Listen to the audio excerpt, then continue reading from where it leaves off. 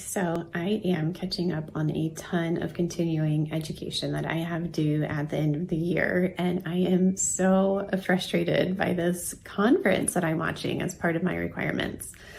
It's a really prestigious gastroenterology conference, and the first speaker is opening up talking about how he is annoyed by basically anyone who comes into his practice and thinks they have an issue with gluten that is not diagnosed celiac disease. He doesn't believe in people having food intolerances, and he hates food sensitivity testing and stool testing.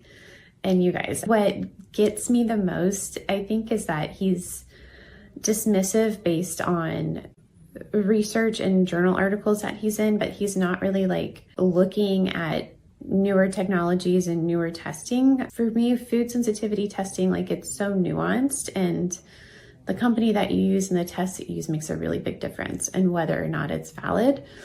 And this is just a really sore spot, because sometimes we're working with patients and they go and see their gastroenterologist, which we encourage and recommend, and they're a lot like this guy. They're just not up to date on the current research and up to speed on science and some of the technology behind the testing that we use that makes things really accurate. And his dismissal is also triggering for me based on what I've been through with my husband and trying to sort out his health issues.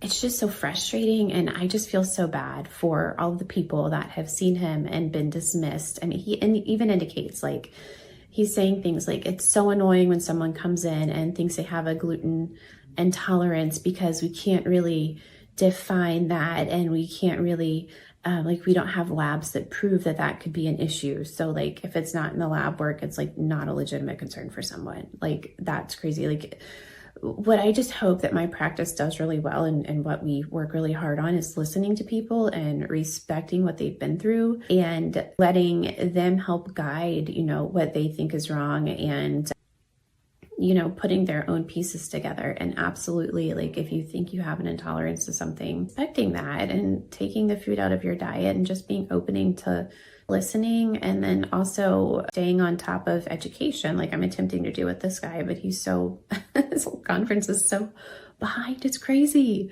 and disappointing, but I'm gonna chug through it because I've got to get my continuing eds done in 16 days.